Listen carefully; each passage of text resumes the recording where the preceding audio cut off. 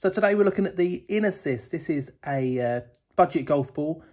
This one's called the Soft 100. I've drawn a line down it because I find that helps me when I'm putting to kind of line up to make sure that I'm putting in a straighter line. And this is a budget golf ball, and what you can see when you look up really close is that the dimples on here are not as deep as you might find on more premium golf balls. And that means that it doesn't get as much distance. So if you look at it compared to, this is the Titleist, this is the Truefield Titleist, you can kind of see that there's, the dimples are deeper. You can see more of a shadow on them, hopefully on the camera here. But yeah, so this is the Inesis, and what I thought would be really interesting is to see what's inside it. So I've got my, my ball cutter opener tool.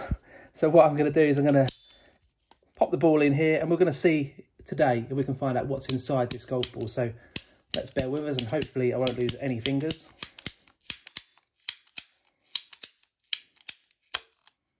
So are we ready for the big reveal? Let's have a little look. So there you can see it's a one-piece golf ball. So it's got a one-piece core. So that shows you therefore that it is a budget golf ball. So there's the Inesis. That's the Soft 500.